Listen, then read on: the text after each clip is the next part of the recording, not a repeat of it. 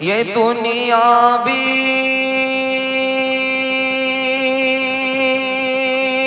अजब सराए फानी देखी,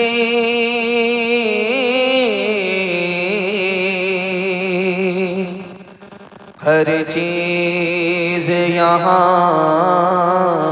की आनी जानी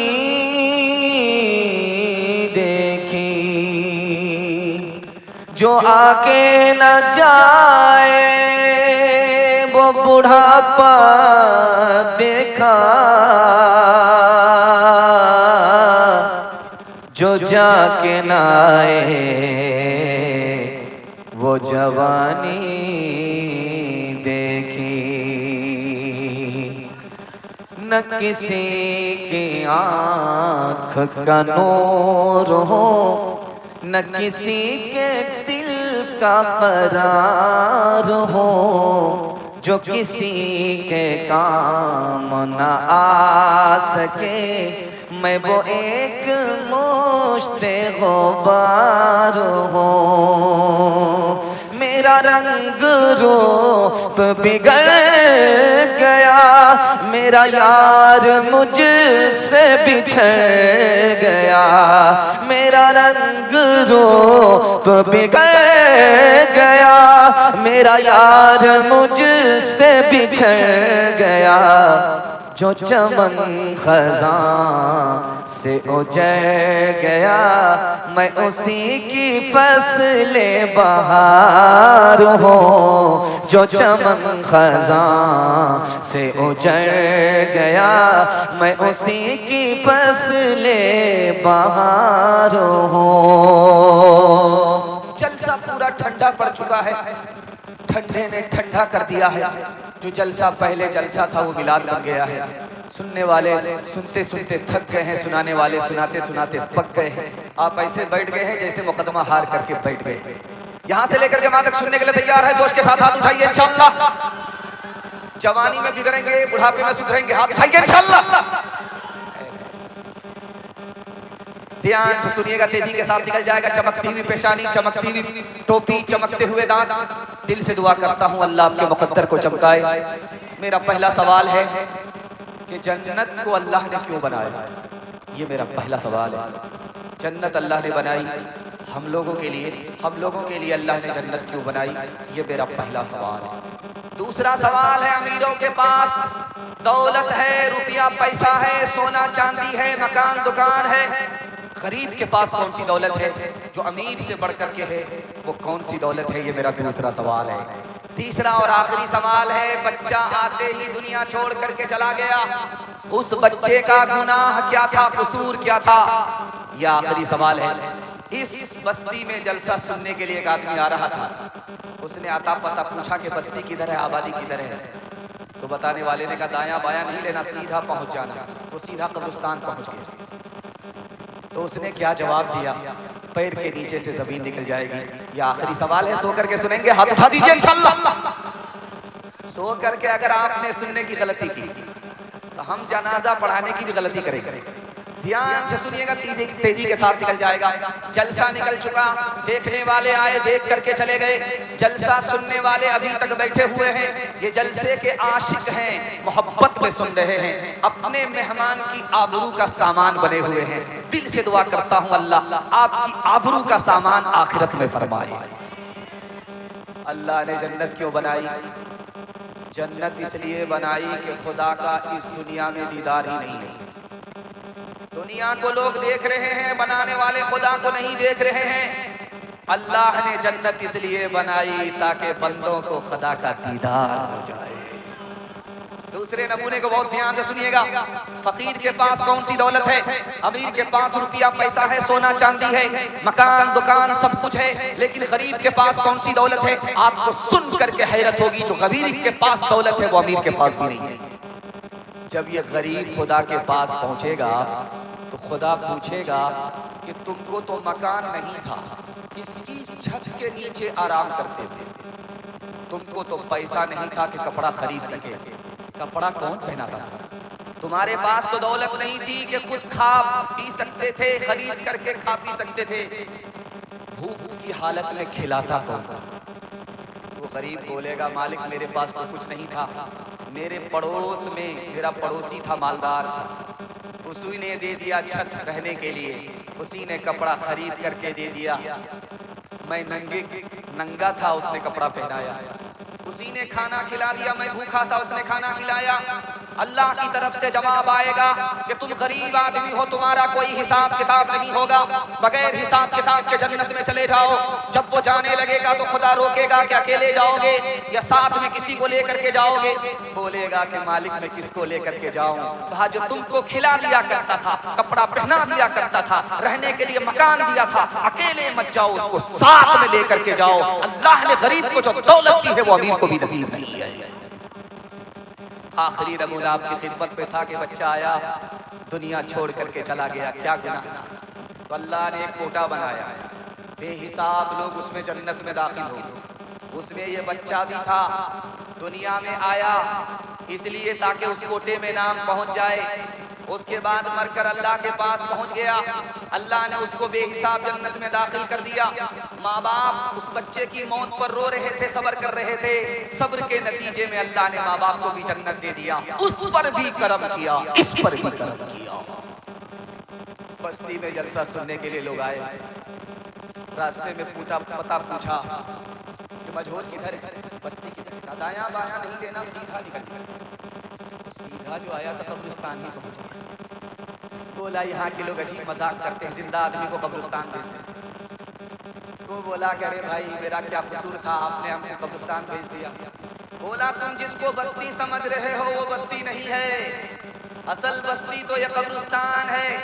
हमने हर आदमी को, हर बस्ती के आदमी को यहाँ आते हुए देखा है, लेकिन यहाँ के आदमी को यहाँ से कहीं जाते हुए नहीं देखा है।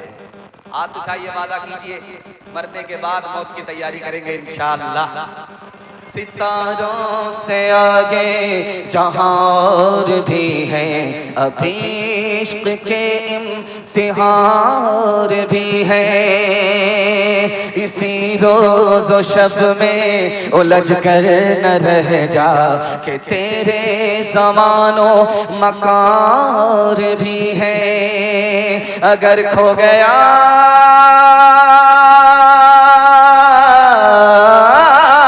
अगर खो गया एक नशीमन तो क्या गम, मकामाते आहो फवार भी है। तो शाही है परवाज़ है काम तेरा, तेरे सामने आसमार भी है। पैगाम खत्म हो गया। पहला पैगाम खुदा की मेहरबानी, खुदा की अजमत और खुदा की वफादारी के हवाले से सुना रहा हूँ। हमारा खुदा हम पर कितना मेहरबान है और हम कितने नादान हैं, हम कितने बेवफा हैं, ये दिखाने के लिए जा रहा हूँ। 3 मिनट का पैगाम आपकी खिदमत पर रखने के लिए जा रहा हूँ। बड़ा खूबसूरत जलसा है, बहुत खूबसूरत लाइट है, बहुत खूबसूरत शामियाना है। अल्लाह हम सबको खूबसूरत बनाए। बकरी का बच्चा एक से ज्यादा होता है और बकरी एक से ज्यादा होती है। बकरी बच्चे को छोड़ करके बाहर निकल जाती है, उसके बाद बहुत देर के बाद पेट भर करके वापिस आती है। तो हर बच्चा अपनी माँ की तरफ भागता है, हर बकरी अपने बच्चे की तरफ जाती है। आज का पैदा होने वाला नया बच्चा अपनी माँ को पहचानता है। हम बचपन से 55 में आ गए, खुदा को नहीं पहचानते। बताइए वफादार कौन है, बेवफा कौन है? 1 मिनट का सवाल है, किसी के बच्चे के हाथ में आप पैसा पकड़ाइए, वो पैसा पकड़ने से पहले बाप का मुंह देखता है। बाप का मुंह क्यों देखता है भाई? दूसरे का बच्चा, उसके हाथ में आप अगर पैसा पकड़ाइए, वो पैसा पकड़ने से पहले बाप का मुंह देख रहा है। क्या मतलब हुआ? बाप ने अगर दाढ़ी हिला दी, बच्चा पैसा पकड़ लेता है। बाप ने अगर मना कर दिया, बच्चा लाख कोशिश कीजिए पैसा पकड़ करके नहीं देगा। दरअसल वो बच्चा पैसा पकड़ने से पहले बाप की मर्जी मालूम करना चाहता है कि बाप की मर्जी है या नहीं। हम खुदा के बंदे कदम उठाने से पहले खुदा की मर्जी मालूम नहीं करते, उस बच्चे से भी हम बदतर हैं। एक मिसाल है, आपके यहाँ बकरीद में बकरा खरीद करके लाया गया, पत्ता खरीद करके लाया गया, वो भूखा बकरा पत्ता खाने लगा, मालिक ने उसको पुकारा, पत्ता छोड़ करके मालिक की आवाज की तरफ मुतवज्जो हो गया। हमारा खुदा सरकारी ऐलान मस्जिद से कर रहा है, हम अपने काम को छोड़ने के लिए तैयार नहीं। बताइए वफादार कौन है, बेवफा। जब फिरौन ने ये दावा किया कि मैं खुदा हूं, तो अल्लाह ने बारिश को रोक लिया, बारिश हो ही नहीं। अब फिरौन परेशान हुआ, मैं झूठा खुदा, झूठा हो जाऊं। उसने इब्लीस को बुलाया, कहा यार बारिश करा दो। इब्लीस बोला 1 मिनट में बारिश हो जाए। उसने अपने तमाम चेलों से कहा कि आसमान में जाओ और वहां से पेशाब करो 1 महीने के बराबर। अब बारिश हो गई। इब्लीस आया फिरौन के पास, मुबारक हो, बारिश हुई थी। इब्लीस बोला यार बारिश तो हुई थी, लेकिन लोग कहते हैं बड़ी बदबूदार। इब्लीस बोला जैसा तू खुदा है वैसी ही बारिश होगी, और कैसी बारिश है? जिसमें खौफे खुदा नहीं होता, दिल वो हक आशना नहीं होता, ढील तब तक है जालिमों के लिए, हश्र जब तक बपा नहीं होता। राह हक में जो मिट गया जिसे, राह हक में जो मिट गया आज से, जिंदा है वो फना नहीं होता, जिंदा है वो। आज अजान सुनेंगे, कल नमाज पढ़ेंगे, बिल्कुल सही जा रहा तो 4 आदमी हाथ उठा दीजिए इंशाल्लाह। जरा जलसा खत्म होने दीजिए, मुलाकात करते हैं कि आप लोग कब पटरी पर आएंगे। जब हम जान से चले जाएंगे तभी आप पटरी पर आएंगे। दूसरा पैगाम सीरत के हवाले से आपकी खिदमत पर रखने के लिए जा रहा हूं। दिल खैराबादी साहब पढ़ रहे थे, नोट की बारिश हो रही थी। आपको तजर्बा सुना रहा, ध्यान से इसको सुनिएगा। आपके घर में औरत का जेवर होगा और बहुत सारे लोगों के हाथ में चांदी की अंगूठी होगी। चांदी की अंगूठी को उंगली से निकाल कर औरत के जेवर को हाथ में लेकर मसल करके आप जेवर को जमीन पर रखिए और नाक से उस हथेली को लगाइए जिस हथेली से आपने जेवर को रगड़ करके देखा, उस हथेली को नाक से लगाइए, बदबू आए। सोना इतना कीमती, चांदी इतना कीमती, लेकिन रगड़ करके देखा, नाक से लगाया, बदबू आई। हजरत नानोतवी ने लिखा कि ये पैसा है, इसकी मोहब्बत को जेब में रखो, दिल के अंदर न जाए। जिस तरह हथेली बदबूदार हो गई, अगर दिल के अंदर ये दुनिया की मोहब्बत, दौलत की मोहब्बत चली गई तो दिल बदबूदार हो जाएगा। अल्लाह के इल्म में इजाफा फरमाए, मेरे मुताला को ज़्यादा फरमाए। एक बात आप जानते हैं सीरत के हवाले से कि खदीजा मालदार और हमारे नबी गरीब। गरीब जवान से खदीजा ने, मालदार औरत ने निकाह क्यों किया? जबकि नेचर के खिलाफ, आदत के खिलाफ।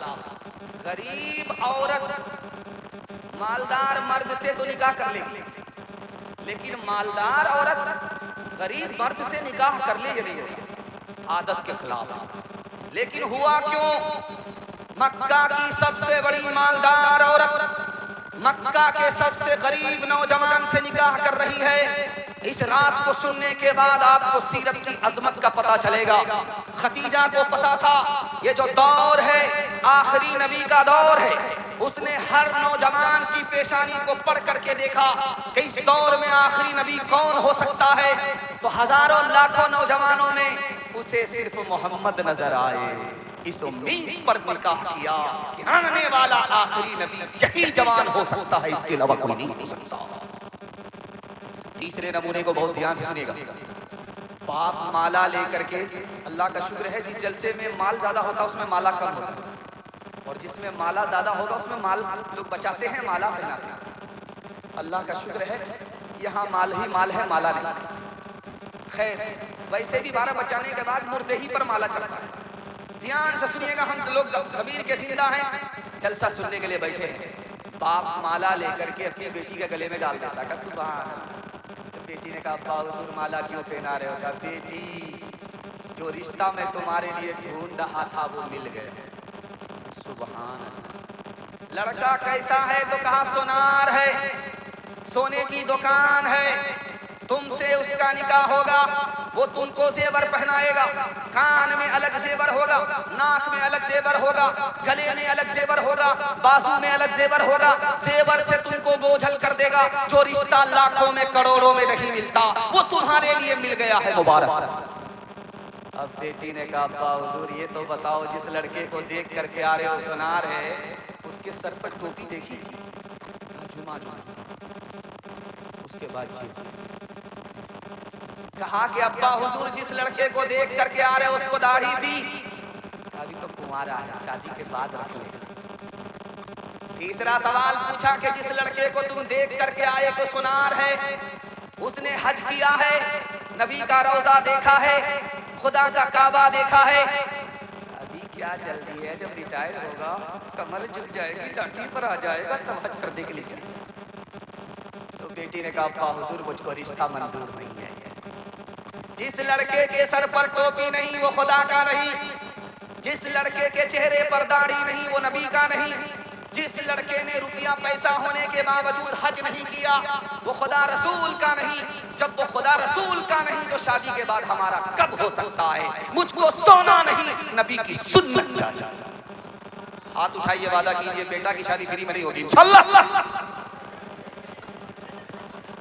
इस तरह तौबा से रंगे दिल बदलते जाइए, सुन्नतों तौहीद के सांचे में ढलते जाइए। जन्नतुल फिरदौस में जाने की ख्वाहिश हो अगर, जन्नतुल फिरदौस में जाने की ख्वाहिश हो अगर, जन्नतुल फिरदौस में जाने की ख्वाहिश हो अगर, नक्शे पाए मुस्तफा पर आप चलते जाइए, नक्शे पाए मुस्तफा पर आप चलते जाइए।